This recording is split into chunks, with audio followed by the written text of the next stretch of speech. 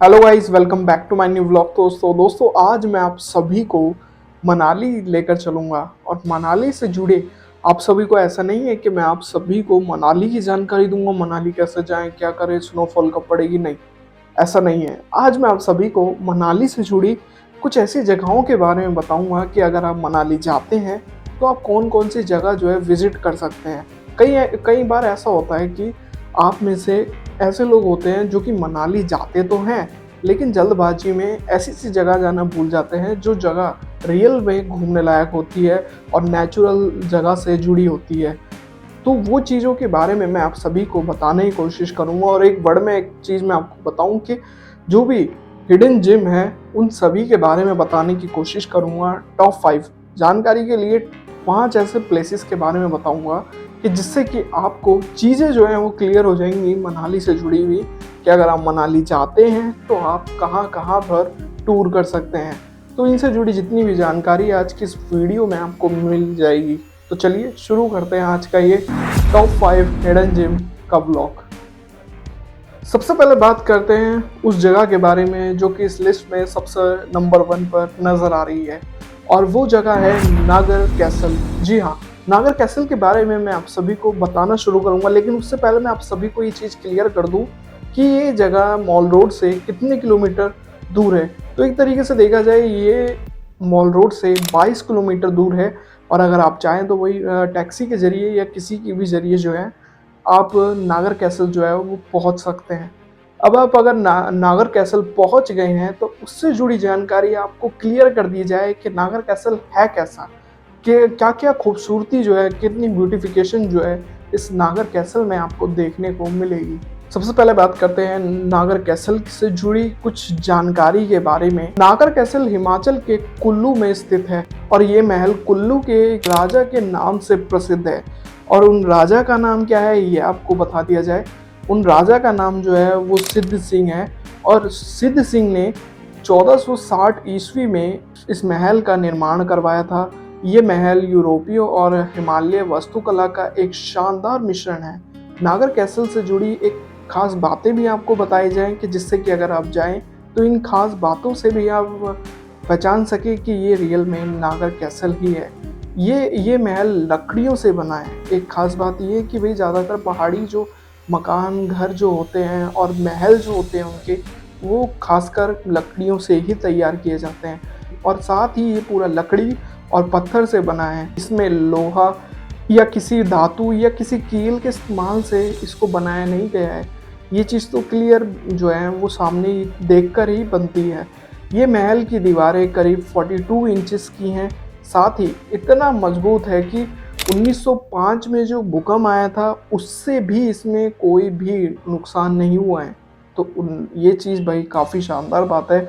और साथ ही इस महल के अंदर आप सभी को प्रांगण भी देखने को मिलेगा और इसमें लकड़ी की बेहतरीन नक्काशी और साथ ही धनुषाकार बालकनियाँ भी है। महल के तहखाने में आपको एक म्यूज़ियम भी मिलेगा।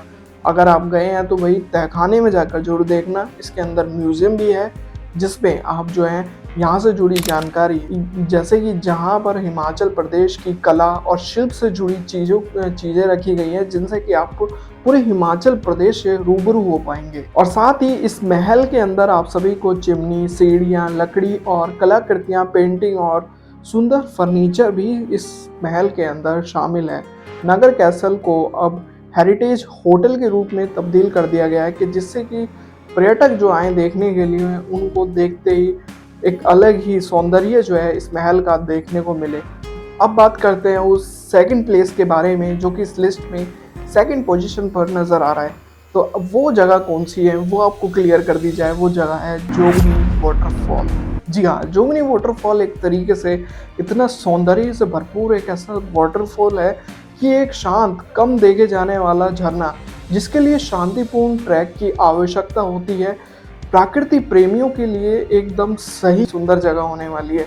चलिए इसके बारे में कुछ जानकारी आप तक शेयर करते हैं। मनाली की खूबसूरत घाटी में स्थित जोगनी वाटरफॉल लोकप्रिय पर्यटक स्थलों में से एक है। ये झरना 160 फीट ऊंचाई से गिरता है और इसकी खूबसूरती देखने लायक होती है। साथ ही अब आप सोच रहे होंगे कि इसके बारे में तो आपको पता चल गया, लेकिन आप कैसे जाएं इस यहाँ तक। तो ये चीज़ भी क्लियर कर दी जाए कि जोगनी वाटरफॉल तक पहुंचने के लिए आपको वशिष्ठ मंदिर से देवदार के पेड़ों और बागानों के माध्यम से ट्रैक कर कर जाना होगा। साथ ही यह ट्रैक लगभग 4 किलोमीटर लंबा होगा और इसमें आपको लगभग 2 से 3 घंटे के आसपास का समय लग सकता है। अब मैं आप सभी को कुछ पर्सनल शेयर के बारे में बात करूंगा कि अगर आप यहाँ तक पहुँच जाएं तो आप क्या क्या चीज़ें कर सकते हैं, किस चीज़ों का लुत्फ़ आप यहाँ उठा सकते हैं। साथ ही अगर आप झरने तक पहुँचे तो आप जो है झरने के नीचे जाकर ठंडे पानी का आनंद लें।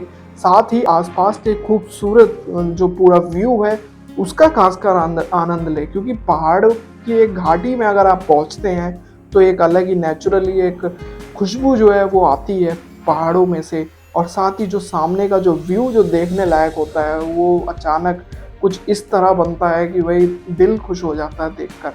तो वहाँ के व्यू का भी आनंद लें और साथ ही अगर आप यहाँ जो ट्रैकिंग कर कर आप जब जा रहे हैं तो उस ट्रैकिंग का भी आनंद लें। कहीं ये ना हो कि आप पसीने पसीने हो जाएं या चढ़ते चढ़ते थक जाएं, ऐसा नहीं। आराम आराम से चढ़िए, आनंद लें। तब अगर आप इस झरने तक आप पहुँचेंगे तो आपको एक अलग ही खुशी जो मिलेगी वो देखने लायक होगी। चलिए अभी तो बात रही जोगनी वाटरफॉल के बारे में, अब बात करते हैं ग्रेट हिमालयन नेशनल पार्क के बारे में कि कितनी खूबसूरत तरीके से जो है ये पूरा नेशनल पार्क तैयार किया गया है, क्या क्या जानकारी है, ये चीज़ें आपको क्लियर कर दी जाए। साथ ही आपको यहाँ पर वाइल्ड लाइफ एनिमल्स जो हैं वो देखने को मिलेंगे, हरे भरे हरियाली और साथ में साहसिक पलायन के लिए ट्रैकिंग भी आप यहाँ पर आराम से कर सकेंगे। तो इस चीज़ के लिए तो आपके लिए बहुत ही भरपूर है।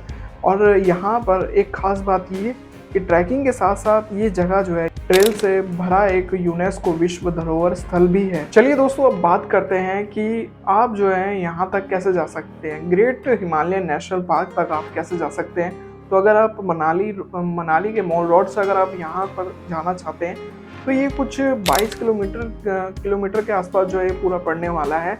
अब बताते हैं यहाँ से जुड़ी कुछ जानकारियाँ, और जानकारी ऐसी कि भाई आपको सुनकर ही जाने का मन कर जाएगा। तो चलिए अब आपको बताते हैं ग्रेट हिमालयन नेशनल पार्क के बारे में। भारत के हिमाचल प्रदेश राज्य में स्थित एक नेशनल पार्क, ये पार्क अपनी अद्भुत प्राकृतिक सुंदरता और जैव विविधता के लिए प्रसिद्ध है। 1984 में स्थापित ये पार्क 1171 वर्ग किलोमीटर के क्षेत्र में पूरा बना हुआ है। 2014 में यूनेस्को ने इसे विश्व धरोहर स्थल भी घोषित किया है।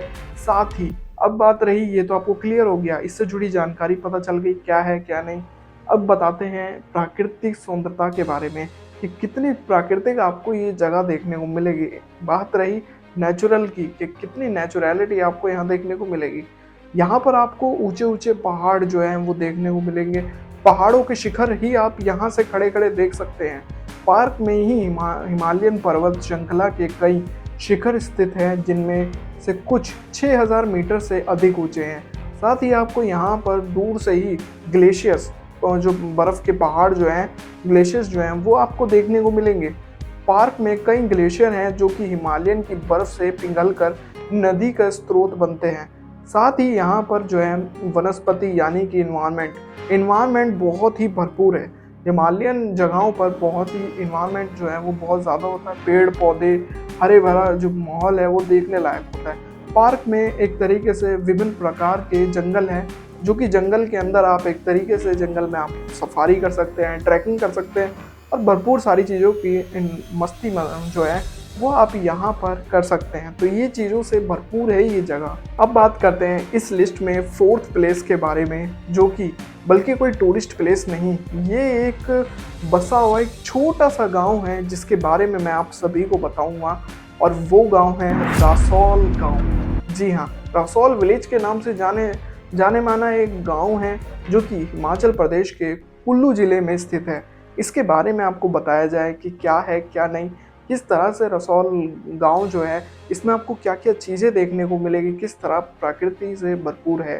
तो चलिए चलते हैं रासौल विलेज। सबसे पहले बात करते हैं कि इस रासौल विलेज तक आप कैसे जा सकते हैं, क्योंकि सबसे पहले तो भाई पहुंचना ज़रूरी है, और अगर पहुंचेंगे नहीं तो पता कैसे चलेगा। तो कैसे जाएं इस गांव तक, इसके बारे में क्लियर कर दिया जाए। रासौल तक पहुंचने का सबसे अच्छा तरीका है ट्रैकिंग, और ट्रैकिंग कर कर ही हिमाचली जो वहाँ के लोकल लोग हैं वो ट्रैकिंग कर कर ही अपने घर तक जाते हैं। तो ये जो गाँव है ये रियल में ही ट्रैकिंग कर कर ही यहाँ तक पहुँचना बनता है। और इसकी जो ट्रैकिंग है वो कसौल से ही शुरू हो जाती है और वो कितने घंटे की होती है, लगभग 3 से 4 घंटे की जो इसकी ट्रैकिंग है वो रहती है। अब आपको बताया जाए इससे जुड़ी नेचुरल ब्यूटी के बारे में कि कितनी प्राकृतिक सुंदरता जो है वो भरपूर है इस जगह पर। इसकी जो नेचुरल ब्यूटी है, प्राकृतिक सुंदरता, रसौल घाटी की प्राकृतिक सुंदरता से भरा हुआ है। हरे हरे भरे पेड़ और साथ ही पहाड़ और नदियाँ यहाँ के मुख्य आकर्षण हैं। और साथ ही अगर हम बात करें यहाँ के साइलेंट माहौल की, कि बिल्कुल शांति का भरपूर है, शांति का माहौल आपको मिलेगा, शांतिपूर्ण वातावरण। रसौल एक शांत और शांतिपूर्ण स्थान है जहाँ प्रकृति के करीब हो सकते हैं और साथ में ही आराम भी कर सकते हैं। तो ये एक बहुत ही सुंदर दृश्य जो है, सुनते ही ऐसा लग रहा है और देखने से ही ऐसा लग रहा है कि रियल में कि ये जगह रियल में इतनी शांत और इतनी सुंदर है कि भाई मानो कि थोड़ा सा रिलैक्स कर लिया जाए। अब आप सब सोच रहे होंगे कि ये पहाड़ों की जो दृश्य है वो आप कैसे देख सकते हैं। भाई आप ट्रैकिंग कर कर जाएंगे तो ट्रैकिंग में आपको ये सब कुछ तो देखने को मिलेगा ही। तो ट्रैकिंग करके जब जाएंगे तो ये चीज़ें ज़रूर ध्यान देना कि आप जो है आप पहाड़ों पर आपकी नज़रें हों, पहाड़ों पर ज़्यादातर नज़रें हों, ब्यूटी, नेचुरल ब्यूटी पर नज़रें हों और वहाँ के शांत माहौल पर और पंछियों की चहचहाहट पर ध्यान हो, ना कि आपकी थकावट पर और आप हाँफ रहे हो, थक रहे हो, तो उन पर ध्यान ना देकर आप थोड़ा सा वहाँ की नेचुरल ब्यूटी पे ज़रूर ध्यान देना। चलिए अब बात करते हैं इस लास्ट प्लेस के बारे में और 5th प्लेस के बारे में, जो कि इस वीडियो का लास्ट प्लेस जो है वो रहने वाला है। और ये कौन सा प्लेस है इसके बारे में क्लियर कर दिया जाए। ये जगह है भृगु लेक। जी हाँ, भृगु लेक जो है ये जगह एक अलग ही अलौकिक लेक है, एक झील है, बहुत ही सुंदर झील है। और साथ ही ये एक ऐसी निचले इलाके में नहीं बल्कि एक ऊंचाई वाली जगह पर बना हुआ है ये पूरा लेक, और ये प्राकृतिक लेक है, ये ध्यान रखना। तो इसीलिए ही अब मैं आपको बताता हूँ भृगु लेक के बारे में कि आप अगर जाएं मनाली या हिमाचल प्रदेश तो यहाँ ज़रूर देख कर आएँ, क्योंकि ये जगह जो है ये बल्कि प्राचीन नहीं बल्कि ये रहस्यमयी और वातावरण भी प्रदान करती है, जिससे कि आपको यहाँ की जुड़ी जानकारी तो पता चलेगी, यहाँ के वातावरण और यहाँ की प्राचीनता के बारे में भी आपको एहसास होगा। तो चलिए चलते हैं भृगु लेक। भृगु लेक ये जो जगह है, ये जो लेक है, बल्कि और कहीं नहीं, ये हिमाचल प्रदेश के कुल्लू जिले में स्थित है। भृगु लेक रोहतांग पास के लगभग 4235 मीटर की ऊंचाई पर स्थित है। कहा जाता है कि भृगु नाम के एक ऋषि मुनि इस झील को बेहद पवित्र मानते थे, क्योंकि उन्होंने यहाँ तपस्या की थी और कहा जाता है कि उनके पास आध्यात्मिक शक्तियाँ भी थी। आज की अगर हम बात करें, ट्रैकिंग लवर्स के बीच सबसे ज़्यादा पसंदीदा की जाने वाली ये जगह बहुत ही अलौकिक हो चुकी है। लोगों को, जो भी आप ट्रैकिंग के लवर्स हैं, तो आपके लिए तो भाई बहुत ही पसंददायक होगी। अगर आपको बता दिया जाए कि ट्रैकिंग को आगे बढ़ाने से पहले ये जो लोग हैं जो यहाँ ट्रैकिंग करते हैं, वो पहले जो है झील के किनारे अपनी कैंपिंग करते हैं, फिर जो है यहाँ पर घूमना फिरना शुरू करते हैं। साथ ही भृगु झील हिमाचल प्रदेश में टॉप प्लेसेस में से एक मानी जाती है। साथ ही इस झील को देखते ही आपके मन में बीच के किनारे बैठने जैसा अनुभव होगा। अब आप सभी को जो है भृगु लेक के पौराणिक महत्व के बारे में बताया जाए, थोड़ा सा इसकी हिस्ट्री में जाया जाए और वो चीज़ आपको बताई जाए। मैंने थोड़ी सी संक्षेप में आपको ये चीज़ बताई थी कि ये लेक जो है किन से जुड़ी हुई है, लेकिन अगर पूरी तरह से बताया जाए तो इसका पूरी जो कहानी है वो कुछ इस तरह। ये जो जगह है, यहाँ पर महर्षि भृगु ने तपस्या की थी। इस झील का नाम महर्षि भृगु के नाम पर रखा गया, जिन्होंने यहाँ तपस्या की थी। हिंदू धर्म में महर्षि भृगु को सप्त ऋषियों में से एक माना जाता है। साथ ही अगर हम देखें कि आध्यात्मिक शक्ति के बारे में, जो शक्ति भरपूर जो मिल रही है वो क्या क्या है यहाँ पर, अगर हम देखें तो यहाँ मान्यता है कि इस झील के आसपास आध्यात्मिक शक्ति का प्रवाह है। कुछ पॉजिटिव एनर्जी जो कहा जाता है ना, पॉजिटिव एनर्जी का अनुभव जो है वहाँ जो है लोगों को होता है, और वो किस तरह से पॉजिटिव एनर्जी आप सभी को मिल सकती है वो भी चीज़ मैं आपको बताता हूँ एक तरीके से।